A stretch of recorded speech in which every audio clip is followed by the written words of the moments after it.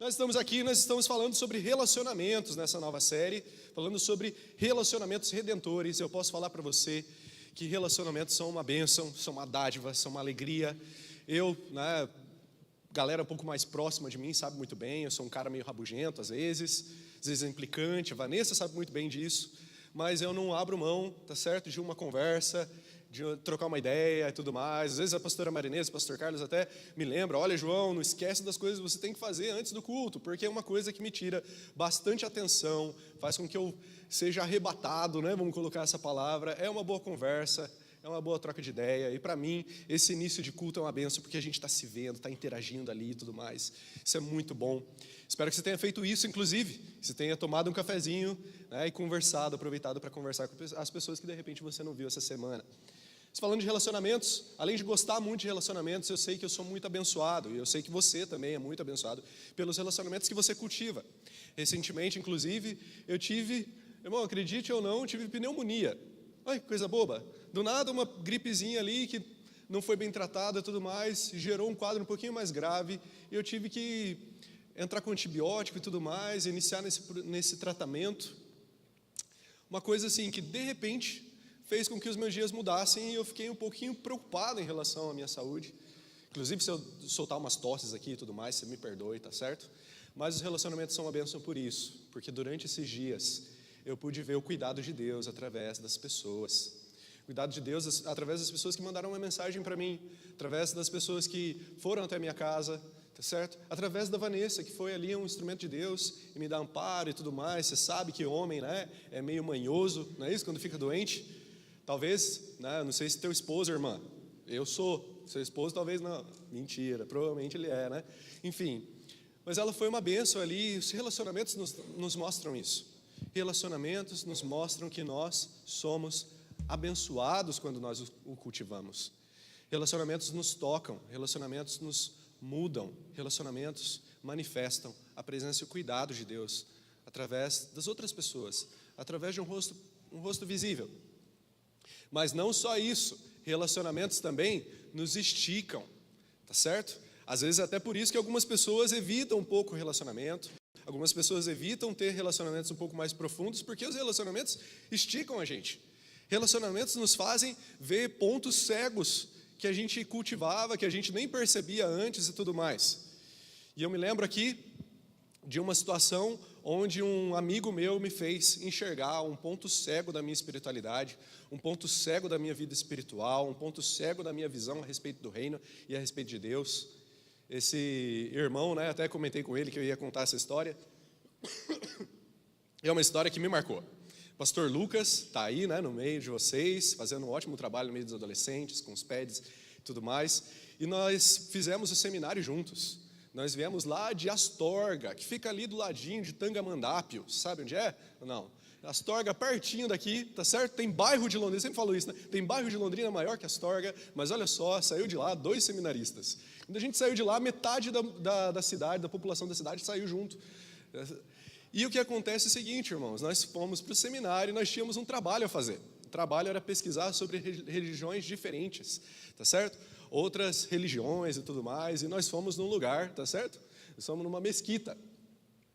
A mesquita aqui em Londrina, né? Nós temos algumas e tudo mais. E aí nós fomos para um momento ali de entrevista com o mestre, com o sheik deles e tudo mais. E no meio daquela entrevista, aquele sheik estava falando, né, sobre o método halal. Eu sei que é mais ligado à cultura árabe, sabe muito bem disso. É o método onde eles consagram a vaca, o boi, o cabrito e tudo mais que eles vão comer. É um método de abate, tá certo? Ou seja, toda a carne que eles comem era consagrada lá. E no momento que ele falou isso, irmãos, com as sutilezas da vida, ela me apresenta o quê? A vida me apresenta do lado, assim, uma bandeja de esfirra de carne. Agora você pensa, uma bandeja de esfirra de carne árabe, feita ali pelos irmãos. Você imagina o cheirinho, tá certo? Sei que você talvez está com fome, está esperando o almoço. Imagina o cheirinho ali daquela carne, tá certo? Mas do nada eu lembro dele falando sobre o método de consagração. E eu pensei, meu Deus, e agora, o que eu faço?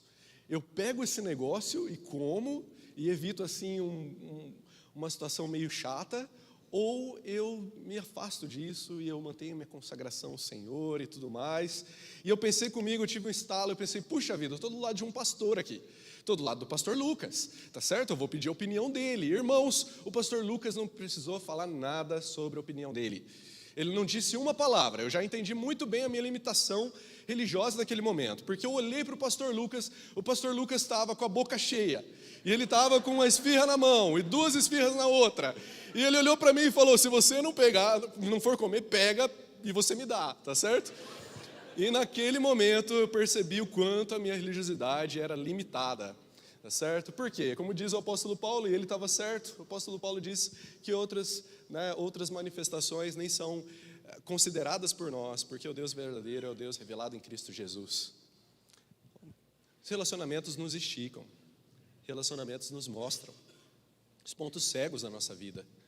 Talvez eles sejam ali o instrumento de Deus em mostrar de maneira sutil, porém muito importante, os nossos defeitos e os lugares onde Deus quer aperfeiçoar, os cantos escuros da nossa vida que Deus deseja iluminar. Relacionamentos são feitos para isso. E uma coisa interessante é que nós seguimos um Deus relacional. Nós seguimos um Deus que é chamado Deus conosco. Deus que habita entre os homens. Jesus Cristo é o Deus conosco, o Deus que se manifesta em forma humana e que caminha no meio dos homens. Aquele Deus, antes conhecido por Israel como o Deus Criador, o Eterno, aquele de onde tudo vem, para onde tudo vai, esse Deus se demonstrou um Deus relacional em Cristo Jesus, em que João diz que Ele habitou entre nós. Deus habitou entre nós. E louvado seja Ele por isso, porque nós sabemos que em Jesus nós temos um Deus, então, que conhece as nossas dificuldades. Nós sabemos que nós temos um Deus que conhece as nossas limitações.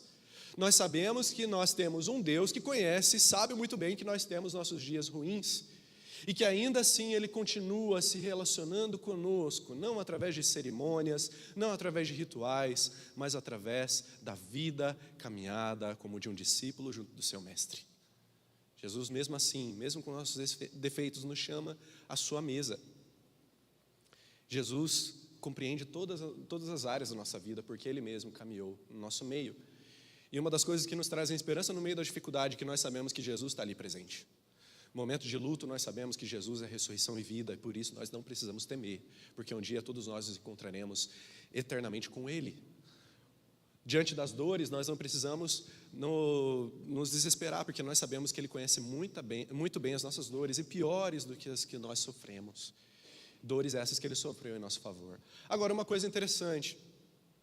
A palavra de Deus diz que Jesus não veio para ser o único em se relacionar. Ao contrário, Jesus ressurreto, lá em João, no Evangelho de João, ele diz uma coisa interessante. Ele olha para os seus discípulos, tendo vencido a morte, e ali na sua forma última, na sua forma mais elevada, como Rei dos Reis e Senhor dos Senhores, ele olha para os discípulos e diz, assim como o Pai me enviou, eu vos envio. Vocês realizarão obras maiores do que as minhas. Isso que Jesus diz em uma outra fala, em um outro episódio.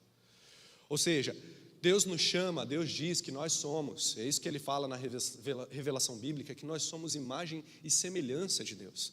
E ser imagem e semelhança de Deus não é só ter um intelecto, não é só ter lá uma inteligência assim como diferente dos outros animais, diferente dos outros seres vivos. Ser imagem de Deus não tem a ver com a nossa capacidade de domínio apenas, como nós temos. Quando você vê um avião, por exemplo, aqui é corriqueiro, mas lá em Astorga a gente via a cada 6 meses. E quando você vê passando lá nos ares, você vê aquele domínio, mas a imagem de Deus no homem não é só aquela. A imagem de Deus no homem consiste também em nós nos relacionarmos com os outros. A imagem de Deus manifesta nos homens, acontece através de relacionamentos. Assim como o Pai me enviou, eu vos envio. O Senhor nos envia para nos relacionarmos com os outros. Não relacionamentos banais, não relacionamentos que vêm da nossa própria consciência, relacionamentos que vêm daquilo que a gente acha por certo, ou relacionamentos limitados por alguma coisa. Não, relacionamentos baseados no relacionamento que Ele mesmo tem conosco. E é pensando nisso, então, que eu gostaria que você abrisse a tua Bíblia, nesse momento, na carta de Filemão. A carta de Filemão. Filemão, no capítulo 1, essa vai ser a nossa leitura, tá certo? Filemão, capítulo 1, até porque não tem outro capítulo, tá certo? Filemão é uma carta de um capítulo só, tá certo?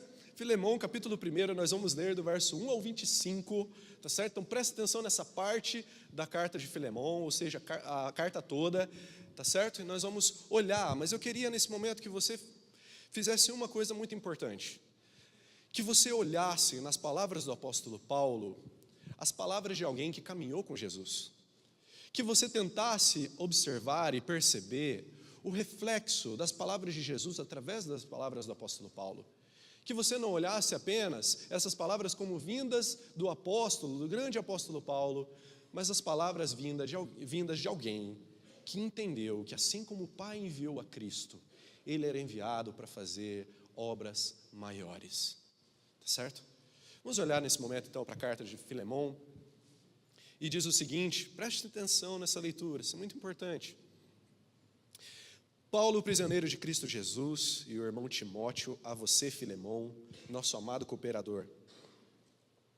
A irmã Áfia, a Arquipo, nosso companheiro de lutas, e a igreja que se reúne com você em sua casa.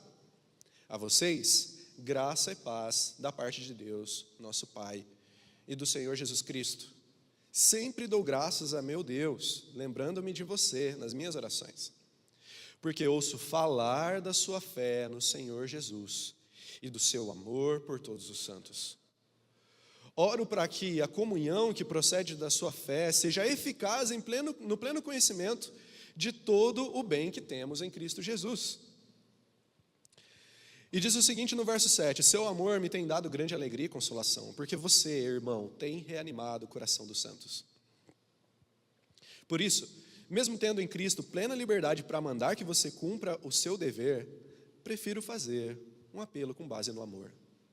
Eu, Paulo, já velho, e agora também prisioneiro de Cristo Jesus, apelo em favor de meu filho Onésimo, que gerei enquanto estava preso. Ele antes lhe era inútil, mas agora é útil, tanto para você quanto para mim. Mando-o de volta a você como se fosse o meu próprio coração. Gostaria de mantê-lo comigo para que me ajudasse em seu lugar enquanto estou preso por causa do Evangelho. Mas não quis fazer nada sem a sua permissão, para que qualquer favor que você fizer seja espontâneo e não forçado. Talvez ele tenha sido separado de você por algum tempo para que você o tivesse de volta para sempre. Não mais como escravo, mas acima de escravo, como irmão amado. Para mim, ele é um irmão muito amado, e ainda mais para você, tanto como pessoa, quanto como cristão. Assim, se você me considera companheiro na fé, receba-o como se estivesse recebendo a mim. Se ele o prejudicou em algo ou lhe deve alguma coisa, ponha na minha conta. Eu, Paulo, escrevo do próprio punho, eu pagarei. Para não dizer que você me deve sua própria pessoa. Sim, irmão, eu gostaria de receber de você algum benefício por estarmos no Senhor. Reanime o meu coração em Cristo. Escrevo-lhe certo de que você me obedecerá, sabendo que fará ainda mais do que peço. Além disso, preparem-me um aposento, porque graças às suas orações, espero poder ser restituído a vocês. Epáfras, meu companheiro de prisão por causa de Cristo Jesus, envia-lhe saudações, assim como também Marcos, Aristarco, Demas e Lucas, meus cooperadores. A graça do Senhor Jesus Cristo seja com o espírito de todos vocês. Amém. Louvado seja o Senhor pela sua palavra. Vamos orar? Pai, nós acabamos de ler a tua palavra aqui. O que nós pedimos é que a tua palavra venha criar em nós raízes. E que dessas raízes, Senhor, possa frutificar, ó Deus, os frutos dignos de arrependimento. Nós oramos nesse momento pedindo que a palavra do Senhor gere transformação em nossa vida. Nós oramos pedindo que qualquer obstáculo dentro do nosso coração seja desfeito, para que a tua palavra tenha liberdade plena para realizar tudo aquilo que o Senhor deseja nessa manhã, no nome de Jesus. Amém. Amém? Irmãos, uma coisa muito importante aqui, nós entendemos então o cenário. Imagina o cenário comigo. O cenário é do apóstolo Paulo preso. E o apóstolo Paulo aqui está preso em Éfeso, tá certo? Provavelmente em Éfeso. E uma coisa interessante, interessantíssima, tá certo? É que nós não sabemos por quê. Lucas não nos contou o motivo dessa prisão, diferente da prisão de Roma e várias outras que o Paulo enfrentou. Talvez porque essa situação, esse acontecimento, esse episódio não tenha sido de grande importância na visão de Lucas, mas teve toda a importância na visão de Onésimo. Nós estamos vendo aqui o apóstolo Paulo relatando a conversão de um homem dentro de um lugar muito peculiar. Um lugar talvez improvável na visão de alguns. Um homem chamado Onésimo, que se converteu dentro da prisão. E talvez você coloque aí algumas reticências quando nós falamos sobre a prisão, sobre a conversão de Onésimo, perdão. Talvez você fique em dúvida se ele se converteu de fato, ou se ele só arrumou ali um álibi, tá certo? Para conseguir atenuar a situação que ele se encontrava como escravo fugitivo do seu senhor. Mas uma coisa que chama muita atenção é que se esse fosse o motivo de sua conversão, provavelmente nós não veríamos essa carta chegando ao seu destinatário. Porque é uma coisa importante nós lembrarmos das punições de um escravo fugitivo. E esse escravo poderia ser punido, inclusive, com a morte. Mas mesmo assim, Onésimo, ciente de sua conversão, ciente do que ele deveria fazer, ele volta ao seu senhor Filemão, portando uma carta, entrega essa carta a Filemão. Ou seja, para ele, não importava a atitude de Filemão, importava fazer o certo em voltar, em obediência a Deus e a Paulo. Muito bem, mas agora, entendendo a situação de Onésimo, nós precisamos olhar para a situação de Paulo. Paulo está preso. E o que é que Paulo faz dentro da prisão? Ele busca algum tipo de conforto para ele? Será que seria o conforto que tomou a mente do apóstolo Paulo, sua preocupação? Será que foi o fato de conhecer Filemão, aparentemente um homem de posses, um homem rico? Será que foi de conseguir de Filemão algum favor pessoal? Será que Paulo pede por ele mesmo nessa carta? Não. A preocupação do apóstolo Paulo dentro da prisão é de que a sua presença ali faça a diferença, traga algum tipo de redenção. E é justamente isso que o apóstolo Paulo pede na carta a Filemão. Ele pede em favor de Onésimo.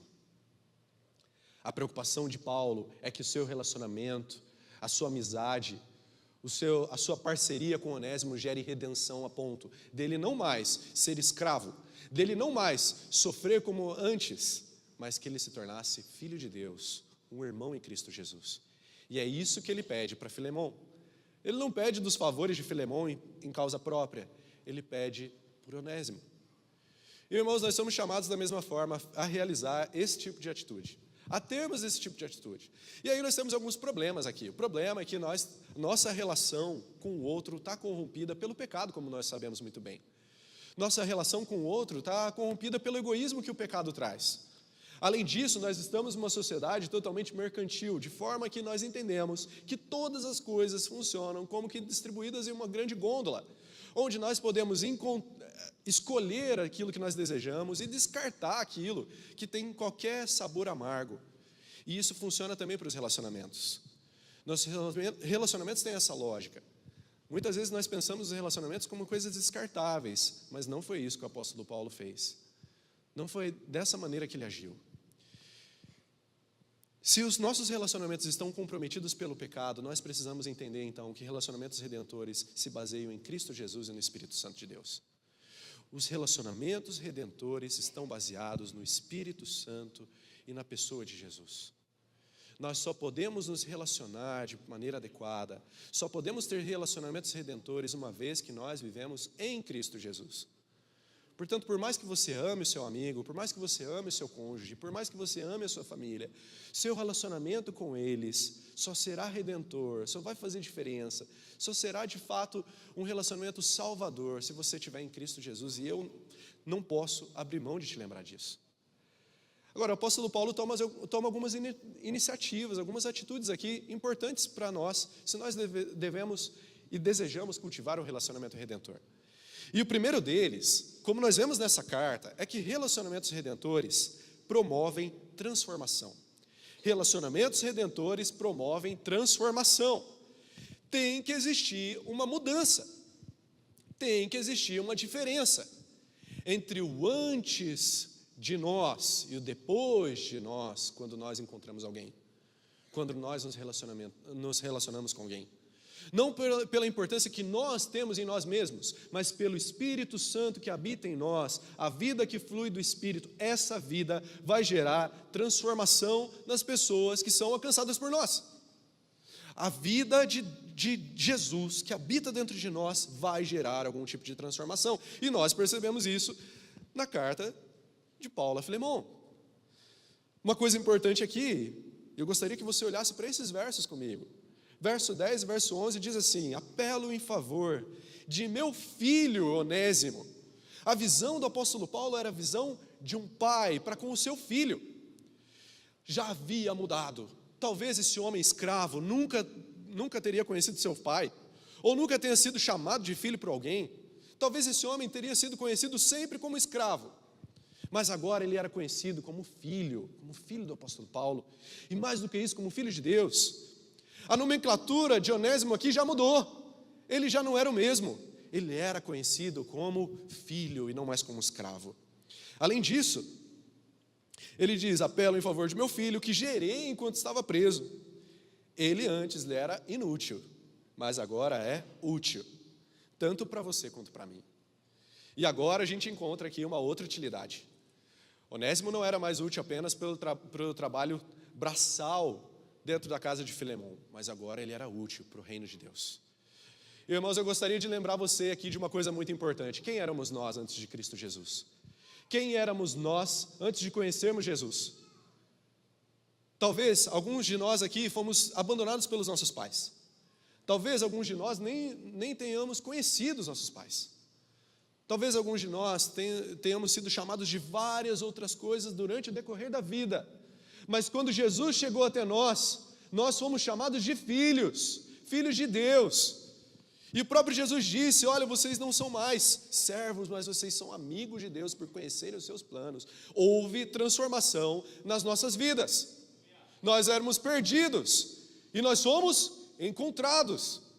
Nós éramos da parte da escuridão, mas hoje nós somos filhos da luz. A palavra de Deus diz no Salmo 40 que nós estávamos num lamaçal de pecado, mas o Senhor nos transportou para a sua rocha. Ele nos fez filhos de Deus, Ele nos fez sacerdócio de Cristo Jesus. Houve transformação.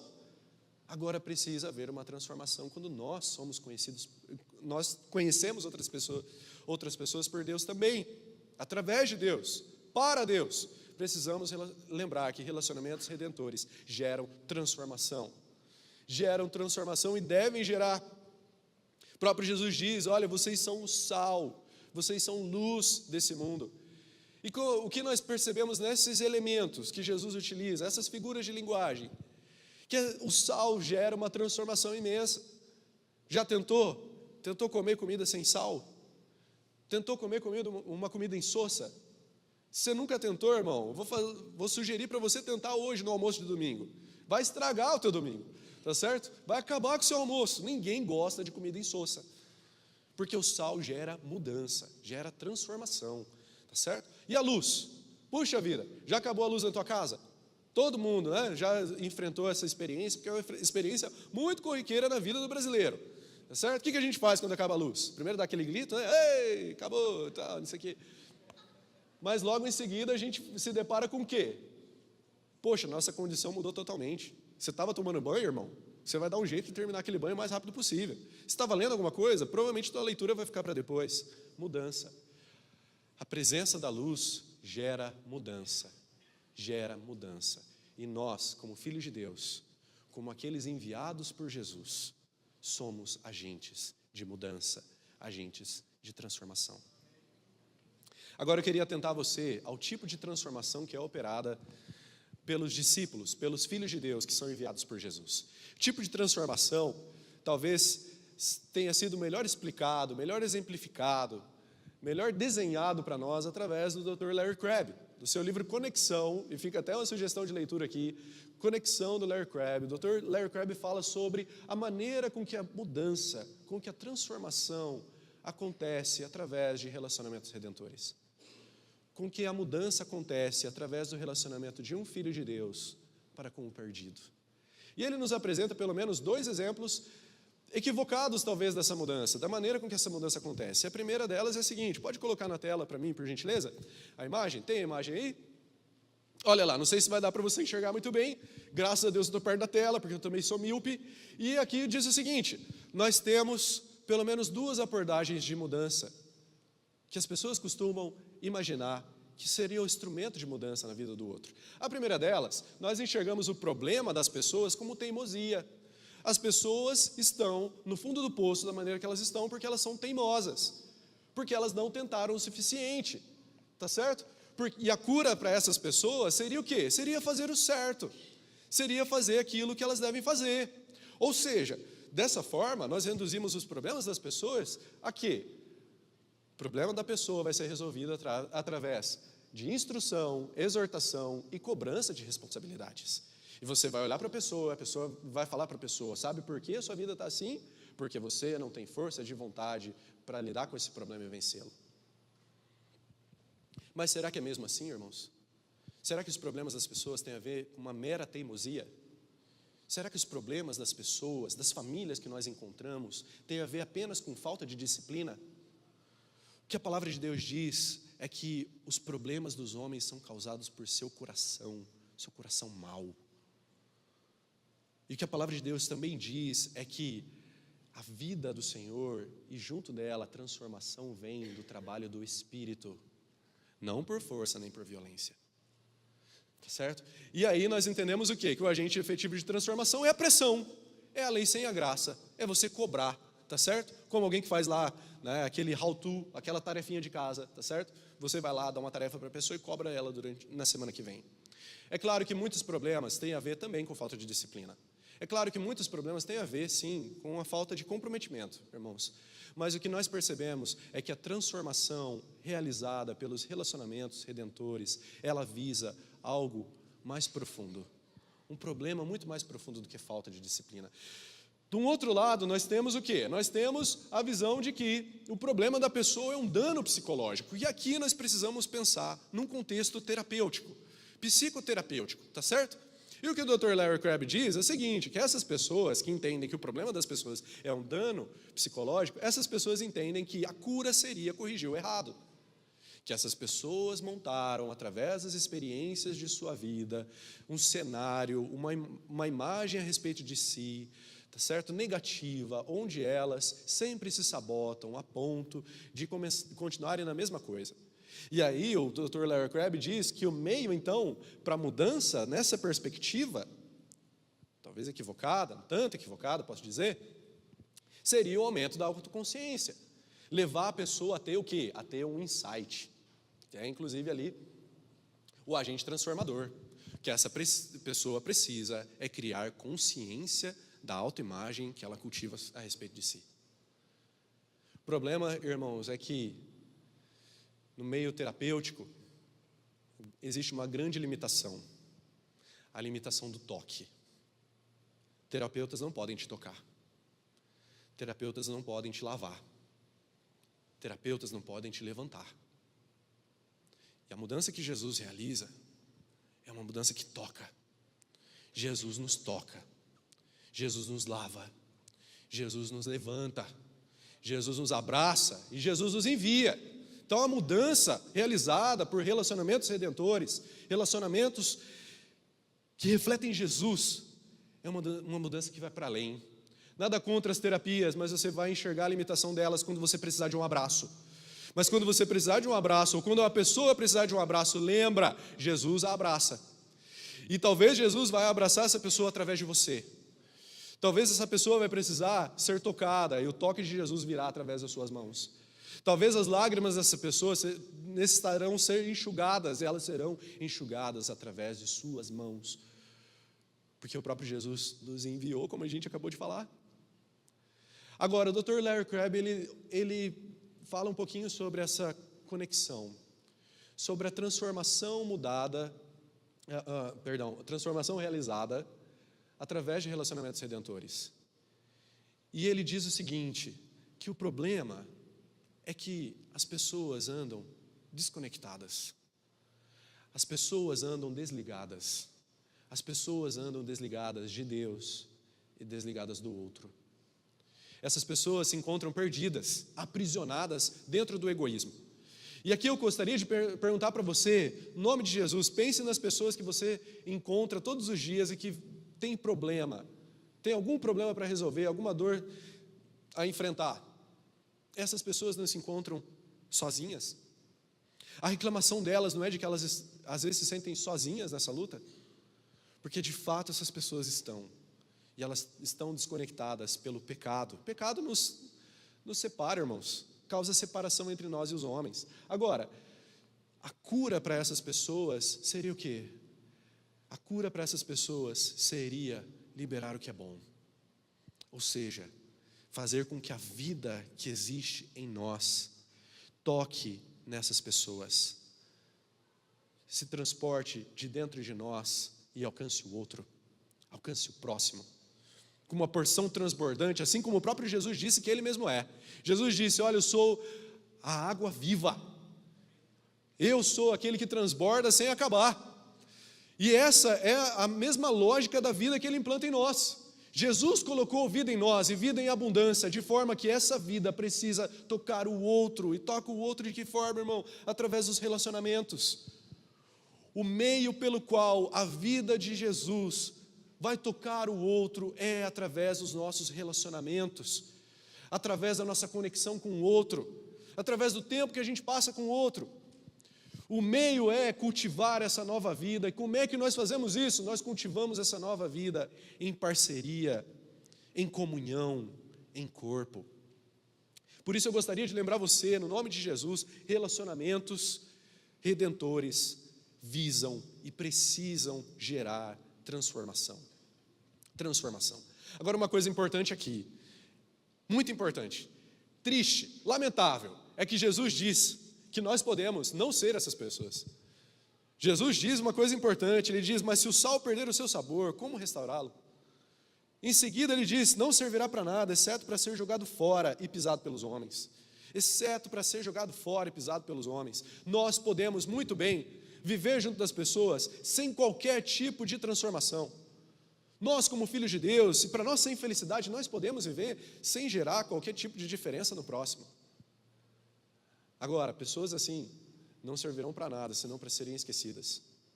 Passos dados são passos deixados no passado. Ser pisado pelos homens, irmão, é ficar sem legado para contar, sem história para contar para os outros e para abençoar os outros. Então, eu queria, no nome de Jesus, te convidar a se relacionar. Se relacione com o outro, dê ao outro a oportunidade de conhecer Jesus através da sua pessoa. A palavra de Deus diz que você é templo do Espírito Santo, que você é morada do Senhor. A palavra de Deus diz que não vive mais você, mas Cristo vive em você.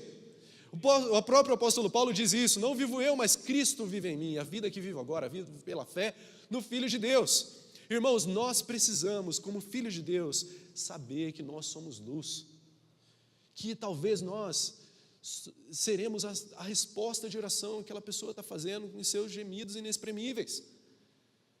Muitas vezes nós dicotomizamos a coisa: não, Jesus vai fazer por essa pessoa e tudo mais, mas, irmãos, tem muitas coisas que Jesus quer fazer e vai fazer e fará através de você, porque você é a habitação do Espírito, porque você é templo do Espírito. No nome de Jesus, lembra disso. Seus relacionamentos, quando o Filho de Deus se relaciona, isso é uma dádiva para o perdido. Quando o Filho de Deus se relaciona, isso é uma manifestação de esperança, de graça para com o perdido. Quando o Filho de Deus se relaciona, a luz chegou até aquela pessoa que habitava em escuridão. Quando o Filho de Deus se relaciona com alguém, existe esperança. Como filhos de Deus, nós somos agentes da esperança e da graça de Deus. Lembra disso? Relacionamentos redentores geram transformação. Mas além disso, relacionamentos redentores também estão acima de pretensões pessoais. Relacionamentos redentores estão acima de pretensões pessoais. O que eu quero dizer com isso? Olha para o texto. Olha o que o texto ensina.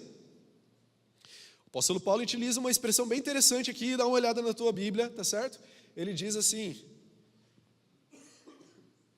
você, Filemon, me deve a sua vida. Você, Filemon, me deve tudo. Você me deve a sua pessoa. Isso aqui é uma coisa interessante, se nós pensarmos na ocasião em que essas palavras são escritas. Que ocasião é essa? A gente está vendo um homem preso falando com um homem livre. Nós estamos vendo um homem pobre, falando com um homem rico. Estamos falando de um homem que não tem nada a oferecer, a um homem que tem muitas coisas a oferecer. E o apóstolo Paulo diz o seguinte: você me deve a sua vida. Paulo fala sobre aquilo que mais importa para nós aqui. A ligação do apóstolo Paulo com Filemão é a ligação que mais importa, a ligação da vida eterna, ligação do reino. Porque dentro do reino já não existia mais preso nem livre, rico ou pobre, alguém que tem algo a oferecer e alguém que não tem. Porque todos estão nivelados como devedores e necessitados. Paulo tinha pregado a Filemão. Paulo tinha acompanhado Filemão. Estamos falando de um homem aqui que acompanhou Filemão no processo mais importante de sua vida. Então, olhando, aparentemente, não existe lógica para Paulo fazer o pedido que ele faz. Inclusive dizer que esperava que Filemão o obedecesse. Ora, você só obedece uma autoridade. Mas aqui a gente precisa lembrar de uma coisa importante. Jesus disse que o reino de Deus é como um homem que encontra um tesouro dentro de um terreno.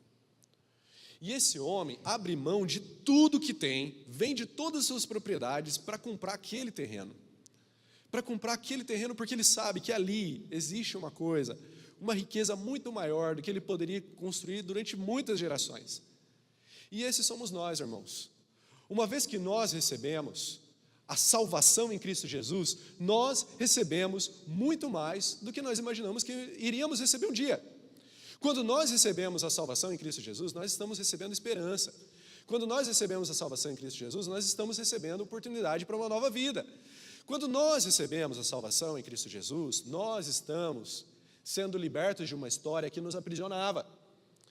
E temos agora a chance de contar uma história totalmente diferente. Isso nossas posses não nos proporcionariam, nossa riqueza, nossos talentos, nossa profissão, muito menos o poder que a gente tem como pessoa. Então é nessa relação que o apóstolo Paulo diz essas palavras a Filemão. Paulo não está considerando mais nenhuma outra coisa e pede que Filemão também não considere, porque já não existe mais nada a ser considerado, senão Cristo Jesus em nós, a esperança da glória. E é pensando nisso então que o apóstolo Paulo diz, ele pede, olha,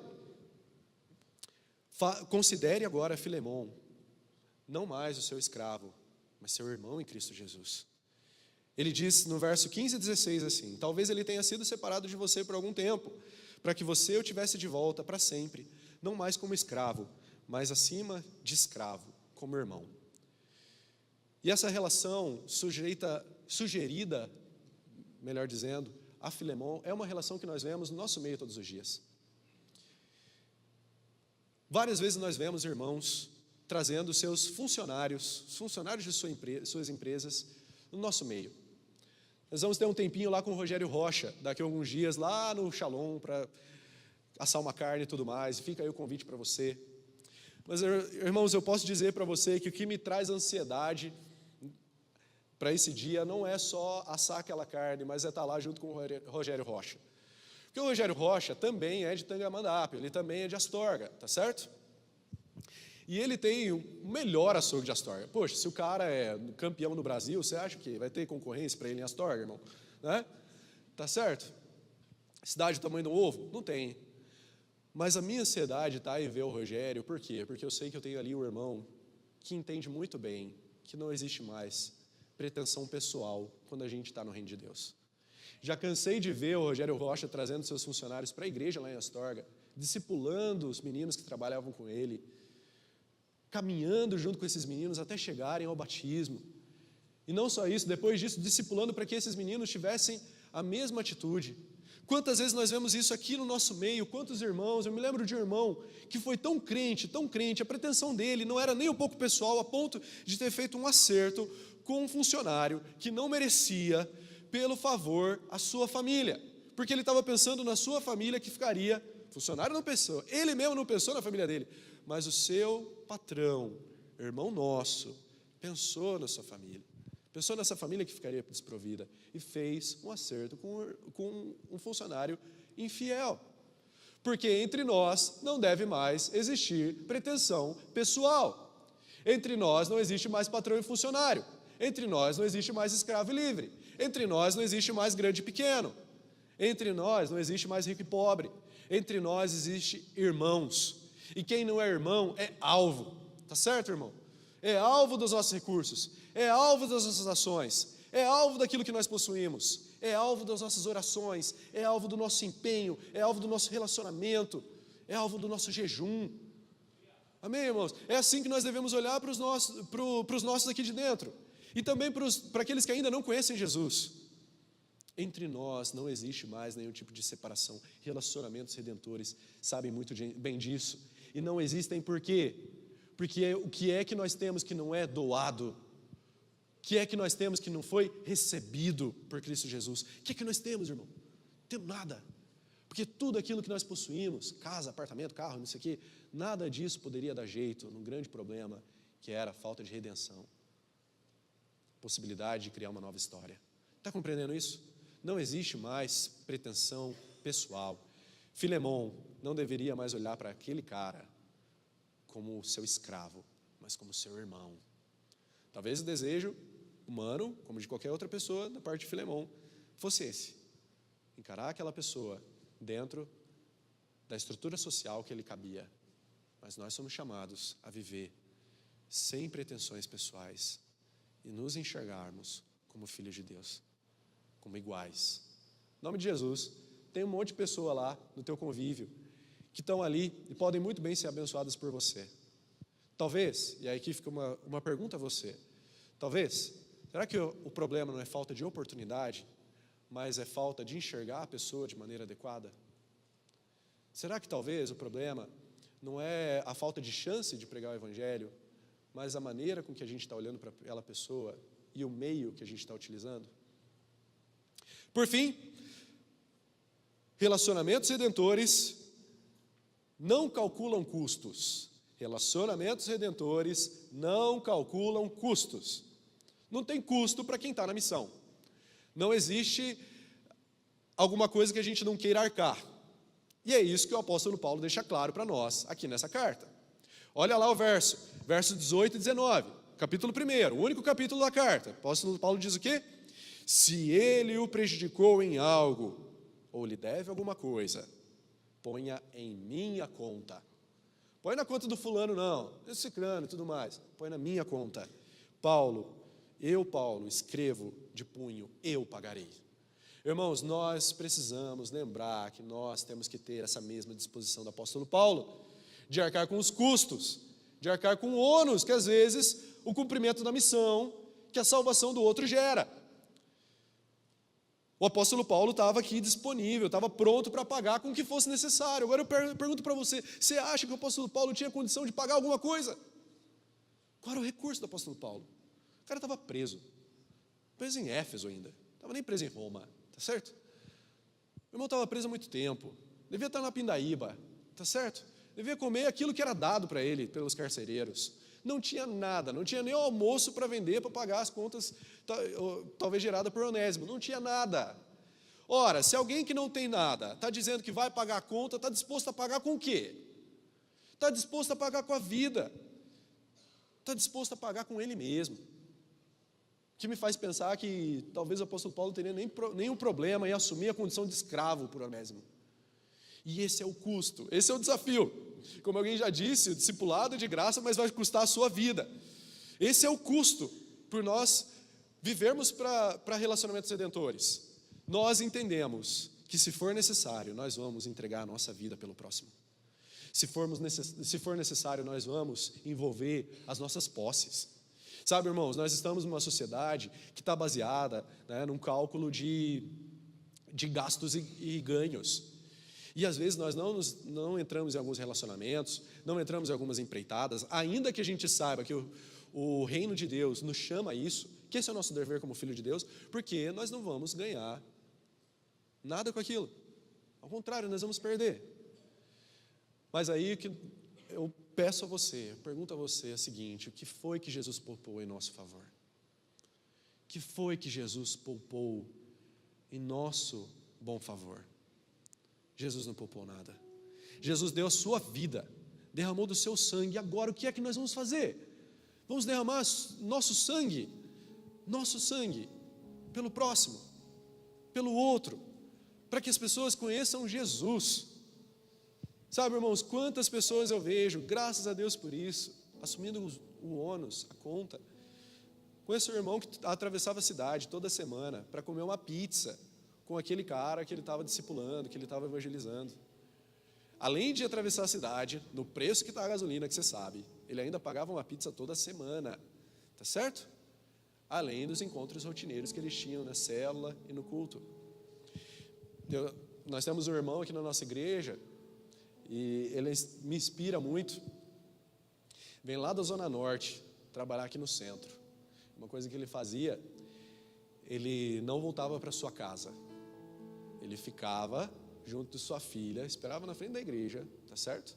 Sua filha tivesse, era líder de grupo, né? Sua filha tivesse ali o grupo, liderasse as pessoas, então eles iam para casa, 10h30 da noite, 11 horas, no dia de semana. Mas por quê? Porque nós não calculamos custos pelas pessoas. Não calculamos custos. Agora eu quero pedir para você uma coisa muito importante, que você reflita dentro de você. Essa palavra não é para gerar desânimo, é para gerar ânimo. Irmão, você tem tanto recurso a dar. E que são nossos recursos em relação a uma vida que pode ser salva, em relação a uma vida que pode encontrar Jesus, em relação a uma vida que pode ter esperança em Cristo Jesus.